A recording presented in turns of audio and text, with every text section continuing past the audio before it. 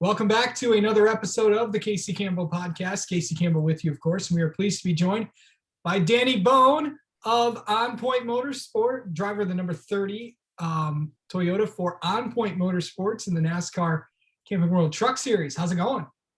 Good, man. Thanks for having me on. So, Danny, I know this is your first full year in the Truck Series. How do you think it's going so far? We've we haven't had a lot of luck. I think that's what most of it plays out to be. We've had some decent speed. It seems like if anything can go wrong, it just seems to go our direction. So not completely happy with how everything's went, but it's part of racing. It's part of the sport we all love. So the only thing you can do is just keep digging and hopefully we get some positive stuff to go our way. I think all the races aside from Atlanta, I think we should have been in the top 20. Just circumstances put us outside of that box. But with the field the way it is, starting 40 trucks and some of the budgets we're racing against and the teams we're racing against, I don't think it's bad, to be running back there. Obviously, being competitive, like myself and the team, we always want to do better, but it's just a tough situation right now with no practice. You can't go test. I'm kind of new, still at it, still learning. So just, it can get frustrating, but you just keep digging. Yeah.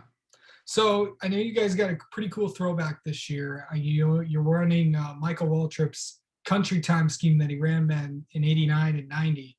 The interesting thing is he'll be in the booth watching this race. How exciting was it to put the country time scheme together for you guys? Yes. No, I was really excited about it. You kind of, for whatever reason, when you're young, just certain cars always stand out in your memory of cars that you've seen, and that was one of them. It's probably because of the colors, and it was just something that kind of always stood out in my mind as a car.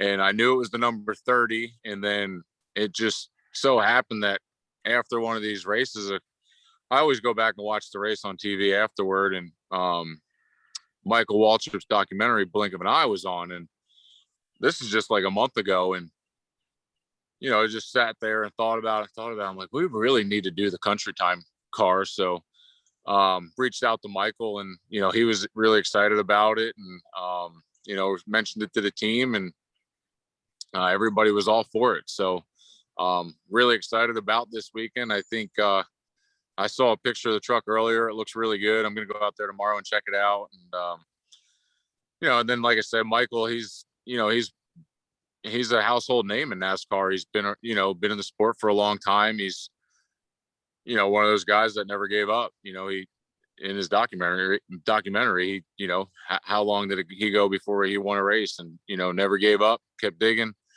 And, I just like that about him, and, to have him in the booth every week, he definitely brings excitement to the fans and excitement to our sport. So I couldn't really think of anybody better right now to do a throwback for. Yeah. So I know that you're going to Darlington. I know it's a track that it's an interesting place to go with no practice and qualifying. It's definitely going to be interesting to look at and see what that track is like. What's your first impressions of Darlington? So I was able to run there last year. That was one of the first ones that I did last year. And, you hear all kinds of stories about it, but, obviously tire wear is big there. We finished 20th. I think we were on the lead lap. So it wasn't a awful day for not having practice or ever being there. So, this round or this year, some of these tracks I've been to before. So, you obviously always try to go run better or hope to run better at those tracks. And I think Darlington's going to be one of those for us. I think, we kind of just missed it last week at Kansas, and, we debriefed about that, and we're going to go back similar to how we were at Darlington last year. And like I said, we ran pretty well. So, you can only, you can't go back on the races. You can only go forward and work toward the next one. So, we'll just hammer down on this weekend and hopefully have a good run. And, we'll definitely have a good looking truck. Yeah.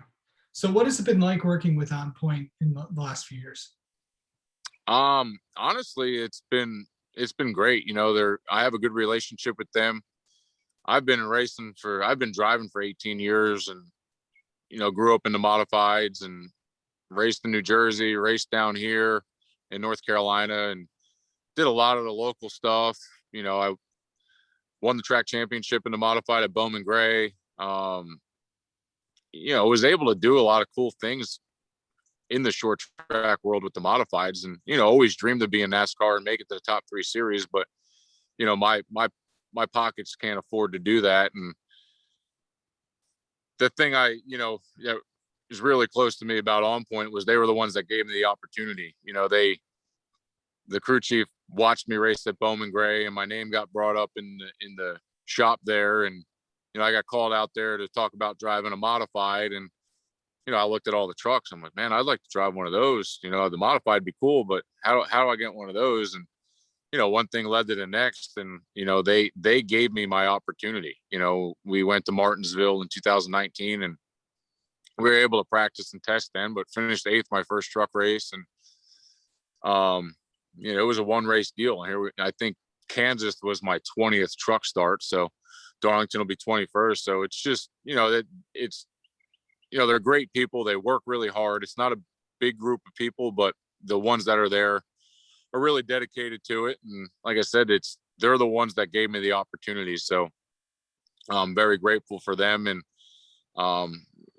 just trying to build, trying to get better, and just trying to, like I said, it's tough right now with the way everything is. So, when you're a smaller team, you're at a little bit of a disadvantage. So you just got to work that much harder. And I know that they are, and, I'm doing the same on my side, is doing everything I can to try to be better. And, like I said, some of it's luck, but we haven't had much of that. But I think, it's not too late that we can turn this year around. And I think everybody's intentions are to do that.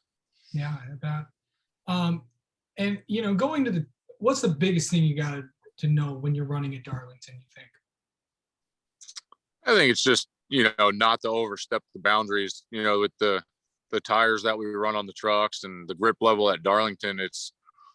You have so much grip with tires for a few laps, and then it goes away pretty quick. And, it's kind of one of the things you want to drive in a foot harder, to try to make up ground on the guy in front of you. But that's the difference between making the corner and spinning out. So you just got to have a lot of patience,